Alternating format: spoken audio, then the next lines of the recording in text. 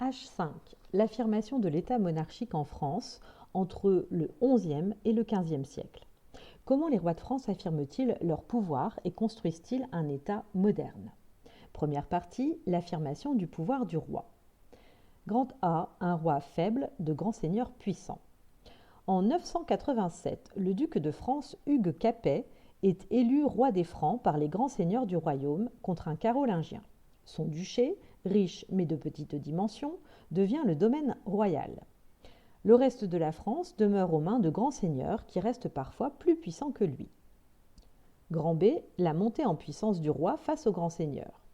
Entre le Xe et le XIIIe siècle, les rois capétiens agrandissent le domaine royal en épousant les filles des grands seigneurs, en leur achetant des terres ou en leur faisant la guerre, comme Philippe Auguste à Bouvines en 1214. Grand C, de l'organisation féodale à l'organisation monarchique.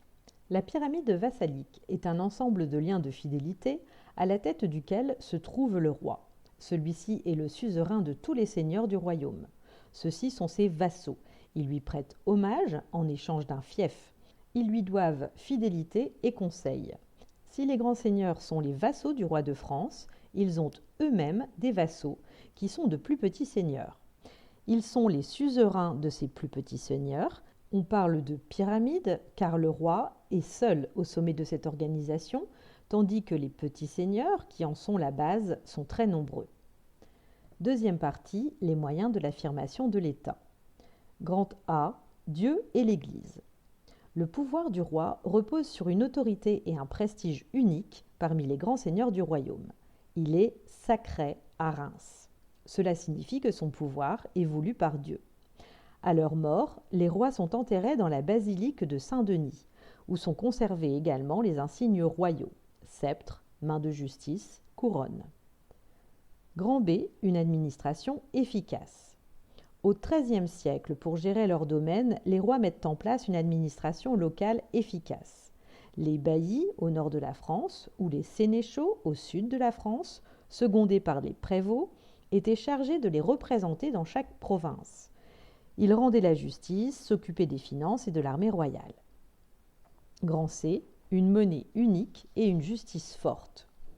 Au XIIIe siècle, Louis IX, dit Saint-Louis, impose une monnaie à l'ensemble du royaume, l'écu, et il développe une justice royale supérieure à celle des grands seigneurs. Troisième partie, force et faiblesse de l'État au XIVe et XVe siècle. Grand A, un contexte de crise. Au XIVe et XVe siècle, l'État doit faire face à une période de crise en raison de famines terribles et de la grande peste noire entre 1348 et 1349. Elle a fait 25 millions de morts, c'est-à-dire le quart de la population européenne. Écrasés par les impôts, les campagnes et les villes se révoltent. C'est le cas de la révolte des Jacques à Meaux en 1358. Grand B, la guerre de 100 ans. Entre 1337 et 1453, la guerre de 100 ans oppose la France et l'Angleterre pour des motifs à la fois dynastiques et économiques. Cette guerre a renforcé le pouvoir royal. Les rois de France ont créé une armée permanente et un impôt direct, la taille.